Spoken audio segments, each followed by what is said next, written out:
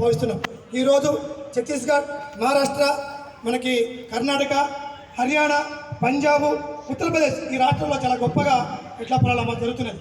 నిన్న వాస్తవం చెప్పాలంటే ఈ ఎడ్ల పొలాల అమావాస్యకి ఎంత ప్రాధాన్యత ఉందని చెప్పడానికి నిన్న సెప్టెంబర్ 10 జరగాల్సిన ఎన్నికల్ని హర్యానాలో వాయిదా జరిగింది. ఒక ఎన్నికలని దేశంలో జరిగే ఎన్నికల్ని వాయిదా వేస్తున్నాం అంటే అర్థం చేసుకోండి ఈ పండుగ ఎంత గొప్పతనం ఉంది, ఈ పండుగ ఎంత గొప్పది, ఈ వ్యవసాయం ఎంత గొప్పది. రైతే రాజు అన్నారు, మిగతా వాళ్ళు ఎవరు కూడా రాజు అని చెప్పండి. రాజు మనల్ని పరిపాలించే వ్యక్తి, రాజు మనల్ని బతికించే వ్యక్తి, రాజు మనల్ని కాపాడే వ్యక్తి. అలానే పంటను కాపాడే వ్యక్తి కాపు, ఆ పంటను కాపాడుతూ ప్రజలను కాపాడే వ్యక్తి కాపు.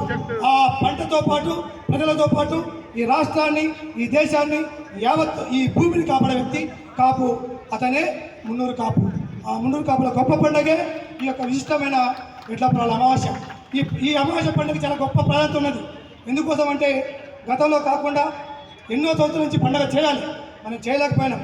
కానీ గత సంవత్సరంలో పెద్దలు దుర్గం రవీంద్ర గారు, మహాంతి వెంకటరావు గారి చొరవతోటి, కృషితోటి మన జోరు వర్షంలో మనకి ట్యాంక్ బండ్ తీసుకోవడం జరిగింది. కానీ ఈ సంవత్సరం ప్రత్యేకించి అన్ని కులాలు అంటే మున్నూరు కాపుల కులంలోని అన్ని సంఘాలు, అన్ని వర్గాలు, యువతులు, యువకులు, విద్యార్థులు, ఉద్యోగులు, విశ్రాంత ఉద్యోగులు, కుల సంఘ నాయకులు, వివిధ రకాల వృత్తి నిపుణులు, డాక్టర్లు, లాయర్లు, జర్నలిస్టులు, ఇలా చెప్పుకుంటే అనేక రకాల వృత్తి నిపుణులు, అలాతో పాటు రాజకీయ నాయకులు.